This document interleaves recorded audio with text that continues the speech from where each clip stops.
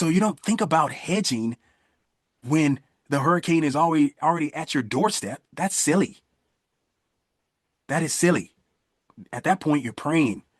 You're praying that somehow it misses you. Somehow your house stays intact.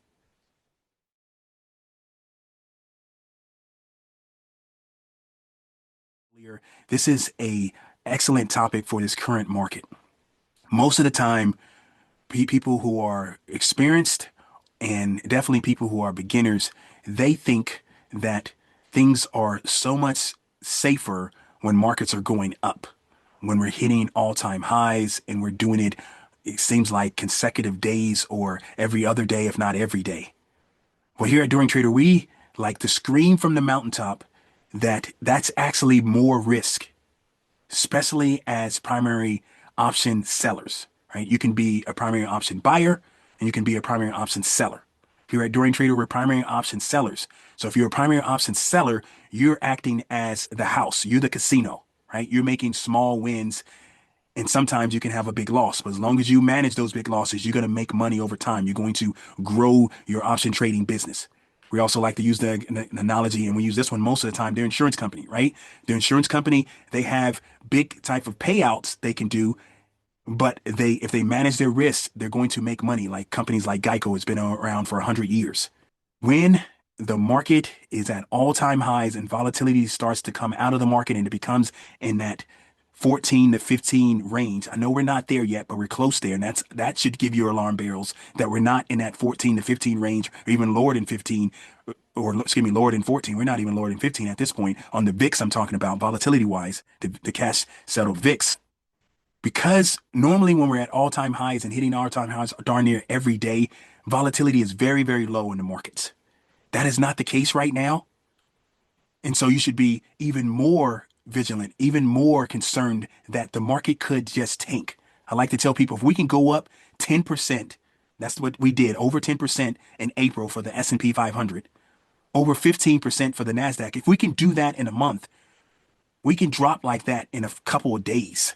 We can give it all back in a couple of days. Do I think that's going to happen? No, but you still have to be ready for that to be the case, especially if you think it's still a lot of headwinds out there that the market hasn't dealt with. But if you're watching CNBC and Bloomberg and other investment channels, you'll see people come on those stations and they'll all give all these reasons why the market is higher and why it should continue to go high. That's just the way it is, right? The most of the world is bullish. When the markets are going down, you'll hear the bears come out and they'll say why it's going to continue to go down. But in all truthfulness, almost 100% of the participants in the market are bullish. You got endowments that are bullish, mutual funds that are bullish, 401k plans bullish, professional investors bullish, hedge funds bullish. It's almost everyone that's bullish. So eventually things are going to turn around, they're going to go up, and that's just the fact. That's just where it's happened for the S&P 500 over years. But you're going to have those times where markets fall and they fall dramatically. We experienced a little of that in March. And then before then, we haven't experienced any serious down movement since COVID of last year in April, right? But that was short lived.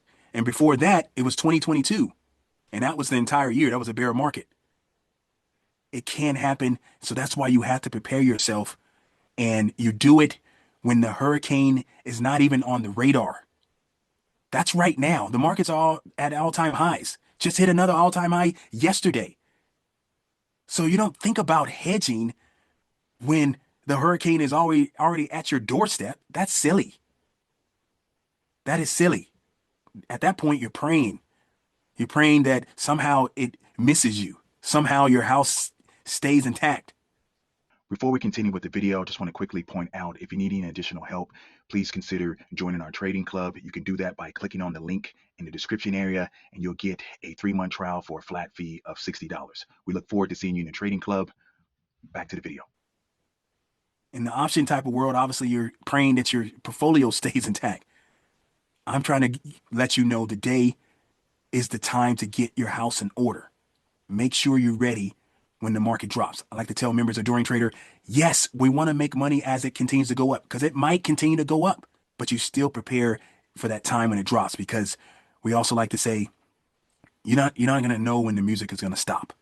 Some of you have played the old game, musical chairs, right? You don't want to be without a chair when that music stops. Then you're out of the game. And then out of the game in the trading world is you no longer have any capital to continue to participate. You cannot allow that to happen. So you have to always be prepared. So getting prepared is understanding the basics of options. We're going to go over it quickly and then kind of mirror it to this hedging. So options are contracts called puts and calls. It's only two type of options, either a put or a call. A standard put or call represents 100 shares if you're trading stock options. If you're trading options on futures, which we teach here at Dorian Trader, it doesn't necessarily mean that. Actually, it doesn't mean that. But what I want you to understand is that every call or put equals 100 shares. If you had two calls, that's 200 shares. You have three calls, that's 300 shares, and so forth. Options can be bought and sold at different standardized strikes on an option chain. We'll go over the option chain briefly in just a second. All options have an expiration date. So it's always going to expire. It can either expire today, tomorrow, or years from now. But time is always ticking. That's the built-in leverage with options. Now, it's three pillars to the base of options that we teach here at Dorian Trader. The first pillar is understanding what is the call and the put and what's happening in buying and selling calls and puts and rights and obligations. That's that image that you see right now on your screen. That's the first pillar. The second pillar is the option chain. We'll go over that in a second. And the third pillar is basic option strategies. Understanding basic option. We're going to be going over some basic option strategies regarding hedging today. Okay, but you need to understand the basic option strategies because if you understand the basic option strategies, you'll be able to understand all the different exotic things that people come up with out there because they're just deviations from the basics. So going back to pillar one, as we teach here at Dorian Trader. Now, earlier I introduced the analogy of the insurance company and the casino. That plays a part in trading in these markets, especially if you're using options. So I want you to consider yourself on the left-hand side of this image here. If you are the buyer, you're the person going to Geico and buying insurance. You are the purchaser of insurance. You are the person going up against the house, going up against the dealer. Okay? Monies are coming out of your account when you're the buyer of an option. If you're the buyer of the call, you are bullish. You want it to go up. This is where most people start at when they're trading options. They start by buying calls because that's most similar to buying shares. When you buy a call, you're bullish. You're paying premium out of your account to be able to purchase that call. When you buy a call, you have a right to buy at a strike price. You have a right to purchase at a strike price. Okay?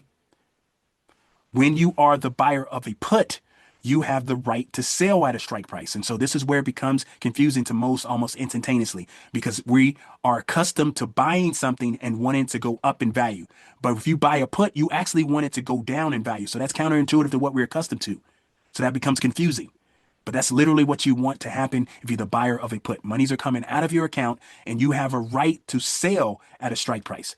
So if you're the buyer of the call, you have a right to purchase at a strike price. If you're the buyer of a put, you have a right to sell at a strike price. Both of those scenarios, monies are coming out of your account. You're paying out premium. Okay, you're paying a premium to Geico, for example, right, for the right to do something. Now, on the right-hand side of this image, this is the sell side. When you're selling options, I want you to consider yourself the insurance company itself, the casino itself. Now, some of you have already gathered that you rather be the insurance company than the person buying insurance. You rather be the casino than the person playing against the casino because you know at least intuitively that they have the edge. Most of us know because we've purchased insurance in our lives. All of us have purchased insurance in our lives. And a number of us, if not all of us, have went to a casino before. And we understand that the odds are against us. Yeah, we can be lucky at times. But if we're going to sit and play blackjack over and over, most likely 51% of the time, we're going to lose at the very least. If you are the seller of a call, you are bearish. You want it to go down as this arrow indicates. You're selling something to someone and they're paying you premium into your account. They're paying that insurance premium. They're paying that right to sit at the blackjack table and you never have to give that back. Now, some people ask the question, how can I sell something I do not own? Well, here at Dorian Trader, we want to bring you back to the insurance analogy. You can sell what you do not own because you are creating what you are selling. If you go to Geico to buy a car insurance from them, that policy does not exist. They have to write it into existence. That is same for the option that you sell. That option does not exist until you sell it. You are literally selling a contract to the buyer of that option. You're giving them the right, but not the obligation to purchase, right? If you're the seller of a call, then someone's buying it. They have a right, but not an obligation, but they have to pay for that right. They have to pay for that right. That is what's happening in the option world. Some people don't realize that.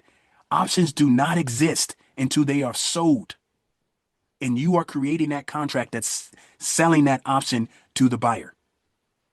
If you're the seller of the call, you are bearish. Monies are coming into your account. If you're the buyer of the call, you are bullish. Monies are coming out of your account. You can be bullish or bearish using only a call.